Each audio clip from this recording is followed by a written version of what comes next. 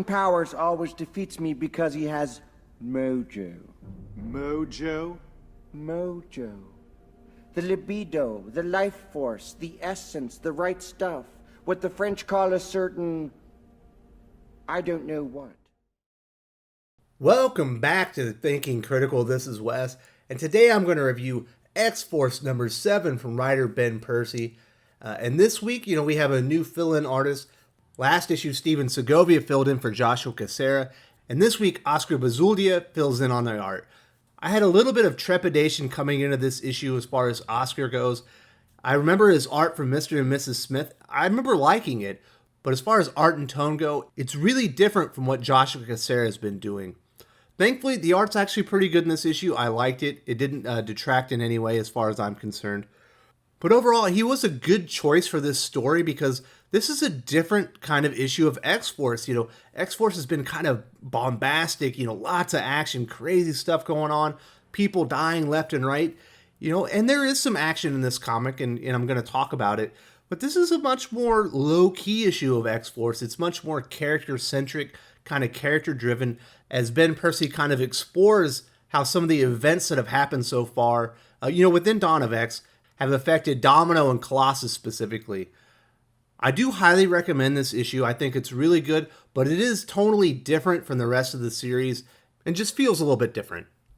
Now let's talk about all the details in today's comic book review. As I've already mentioned, Oscar Bazaldua is the fill-in artist this week for Joshua Cassara. He has a very different style and tone as far as his line work goes, but I think it works pretty well in this issue. Like I said, this isn't a really gritty story with lots of gnarly things happening. It's a little bit more character-driven, and I think his art suits it.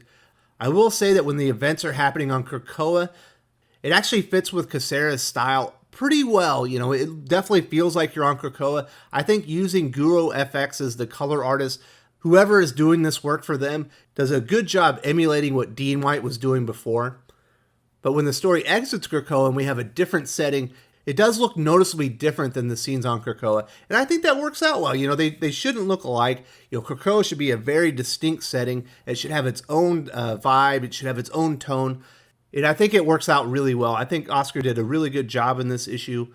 There is one panel with Colossus where he looks like that He-Man action figure that can raise his neck up, the length of his whole body. I don't really understand how he got the proportions of Colossus all wrong in that one panel because it doesn't really happen anywhere else. But, little mistakes here and there happen. I did enjoy the art in this comic book. I rate it 3.5 out of 5. As the cover indicates, this is very much a Domino-centric story. After the events that happened to her in Korea, where she was basically flayed alive, and then Zeno grafted her skin on some parachutes to infiltrate Krakoa, apparently she lost her luck, which is a pretty big deal for Domino, so she goes to Sage, and she starts asking her to look for events that are so mathematically impossible, it's beyond probable they could ever happen. She's kind of looking for a string of them, and it turns out there are 3 recent assassinations on mutant supporting humans that just don't make the smell test. Things are just too perfect, the conditions don't make sense, and the assassinations were just too pin perfect. Domino surmises that must be the person that stole her mojo, stole her luck, and she needs to go find him. I do like the plot in this comic book. I think it's pretty well executed. There are a few things that I don't like that I'm going to talk about here in a couple of minutes, but overall, it's perfectly fine. It's a bit different than the other X-Force comics, but I rate the plot 4 out of 5. We do get some good characterization on Domino, and I really appreciate that Ben Percy is finally, taking a moment to breathe in the story and really talk about what happened to Domino and how it's affecting her. She can't sleep anymore. She's seeing Peacock, with his knife in her dreams, the man who skinned her alive. He used her to infiltrate Krakoa, and it's haunting her. It's affecting her. And she feels like she can't escape it anymore. Every night she wakes up in the middle of the night and she goes and runs and tries to put space between that event, and where she is now. Even though she's safe on Krakoa, the mutant safe haven, she doesn't feel safe. Her dreams are still haunted. What those men did to her in Korea, the way they basically tortured her, butchered her, it's having deep, traumatic, psychological effects on Domino, and it really makes sense, those events were barbaric. I remember when I finally figured out what had happened in that comic, got a little sick to my stomach. I was like, Ben Percy's really going for something gritty here. That's pretty rough just to think about what they did to that character. So I'm glad that we're seeing the after effects. Something like that should affect this character long term, and it's played out well in this comic book.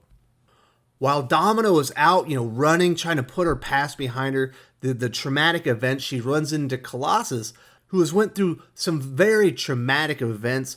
He was sent into Russia on a mission, basically captured and held captive with a bunch of other mutants in Russia. They were treated very poorly.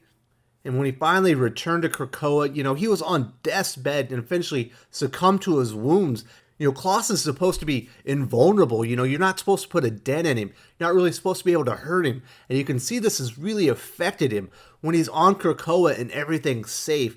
And there's really nobody there that can hurt him. He still has his metal exoskeleton on because you can see he's not safe. He doesn't feel like he's in a safe environment. He's not comfortable. Even though he died and he was resurrected, those events are still haunting him. And we're kind of seeing how this resurrection process can really affect mutants when they come back. In X-Men, we saw that Sync was having psychological effects of the resurrection process. In Marauders, we've seen the same thing with Pyro. And here in X-Force, we're seeing the same thing happen with Colossus. Maybe there's something more to that resurrection process where when characters who have died are being resurrected, there's a piece of them that's still left behind, or they just can't get over trauma. At this point, they really shouldn't even remember experiencing. So it's a really interesting turn of events. I like that they're playing this out across the line, and I can't wait to see where they go with it. And I do want to leave off with, this is the last lines that we get from Colossus in this comic book, where he's talking about the trauma that he's experienced and why he doesn't feel safe. He says, "But it doesn't feel over. It feels like it's still happening. The memory feels like it will never die." Great dialogue there by Ben Percy. Who can't relate to that, where you had something bad happen to you and you just can't, it feels like it's always there with you. You can't let it go, and it's just happening over and over in your mind. And that's what's happening to him and to Domino in this comic book. Really fascinating stuff, but also, like I said, a huge tonal change for X-Force. But I am glad that they're starting to dive into some of these characters in a more intimate way. Like I mentioned a few minutes ago, there are a few things about this comic book that I didn't really think worked well. While Domino and Sage are talking about the assassinations that have been happening to mutant supporters, worldwide, they need to predict where the next one's going to happen so she can go and intercept this person that has stolen her luck, stolen her mojo. And I believe at this point there's maybe been 3 or 4 assassinations, and they're just going to use math to solve it. It's all about the equations and everything, and I don't know, it just fell flat for me. Like, they could have just as easily said there's a major meeting going on in this area. The keynote speaker is a major supporter of mutants. That might be a good place to go check out. And been there anyway. I don't think the math thing really worked for me, but it's a comic book. I can probably forgive it. There's another scene in here that's kind of stupid where Domino is shooting at the person that stole her luck and basically shoots the barrel off of a rifle with a bullet. That's not how bullets work. That's not how rifles work. I'm a little surprised Ben Percy put this in there. I know that he's a hunter. He's an avid rifleman. So I was surprised this got in there. I don't think that's going to bother many people, but I thought it was dumb as well. Other than that, I think everything in the story is pretty good quality. Not the best X-Force issue I've read by a long shot. It is a step up from last week, but Ben Percy has set the bar really high for X-Force in only 7 issues. I will talk about the action a little bit. At the very end, of course, Domino does find the person that stole her luck, stole her mojo, and they basically end up in a firefight with Domino on a snowboard and the person who stole her luck on skis. It felt like it was straight out of a Bond film. It was actually kind of fun. Not the most crazy, off-the-wall action that you're going to see in an X-Force comic, but I thought it was well executed. I thought it was fun to look at. I thought Oscar's art was tailor-made for this, and it looked cool. So, not the most action-packed issue, but the action that we did get was pretty cool. It also leads to a major reveal at the very end. Somewhat predictable in my opinion, A little bit predictable, but I do like the revelation. I think it works with the story. It was cool, and it's definitely driving things forward. And I also want to mention the white pages. There's a pretty interesting white page where Beast has some notes about a meeting he had with Forge, and it sounds like they're working on some pretty cool stuff moving forward, and I'm looking forward to that. Before I wrap this up, I want to remind everyone that tomorrow on Outside the Bleed, Skip and Tosh and myself are going to be reviewing X-Men number 6. This was a great comic book. I was going to review it tonight, but there are so many things going on that tie directly back into House of X, Powers of 10, that I wanted to break it down with Skip and Tosh and get an extra perspective on it. And it's going to be really exciting to talk about. People might not know this, but we actually record that show live on Twitch. If you're in my Discord server, I will send out an announcement that we're going to record that. Also, I send it out on Twitter as well. So if you want to watch the review live with us, we'll be there on Twitch, and I'll have a link to our Twitch channel in the video description as well. You're not going to want to miss this one. X-Men number 6 was awesome. That will wrap up today's comic book review of X-Force number 7. I really enjoyed this. It's a good issue. Ben Percy has been awesome on X-Force. Of all the Marvel comics that are ongoing right now, I would say this is the third best, right behind Daredevil by Chip Zdarsky, right behind Donny Cates' Venom, and right above Jonathan Hickman's X-Men as far as I'm concerned. I do miss the art from Joshua Cassara, but I will say this for Marvel, they've picked two very good fill-in artists. Steven Segovia did a great job. Oscar Bazaldua did a great job this issue.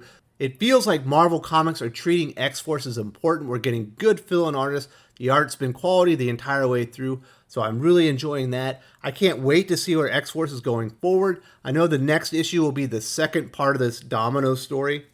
I also like that throughout the Dawn of X-line, they're making the psychological effects of resurrection feel important. There's obviously something beneath the surface. There's something that's really affecting these people deeply, and it's likely all to turn sideways at some point. So I'm glad that Ben Percy explored that a little bit in this issue. I thought it was great. I do highly recommend this comic. I rate the art a 3.5 out of 5. I'll rate the plot a 4 out of 5 and the characterization a 4.5 out of 5. Although there's not a ton of characterization in here, when they do the character moments, it's very well executed. For an overall score, I'll call this a 4 out of 5. I highly recommend. Not the best issue of X-Force, but certainly a very good comic book issue that everyone's going to want to read. I think if you're an X-Force fan, if you've been enjoying the run, you're going to like this comic book. If you enjoyed this video, please give it a like. I would appreciate it very much. It helps us attract more views for the channel. Subscribe for future commentary, comic book news, and reviews. And don't forget to ring the bell for notifications. If you want to talk comics, movies, and much, much more, you can follow me on Twitter at Wes_from_TC. With that, Salamat Po, and I'm out.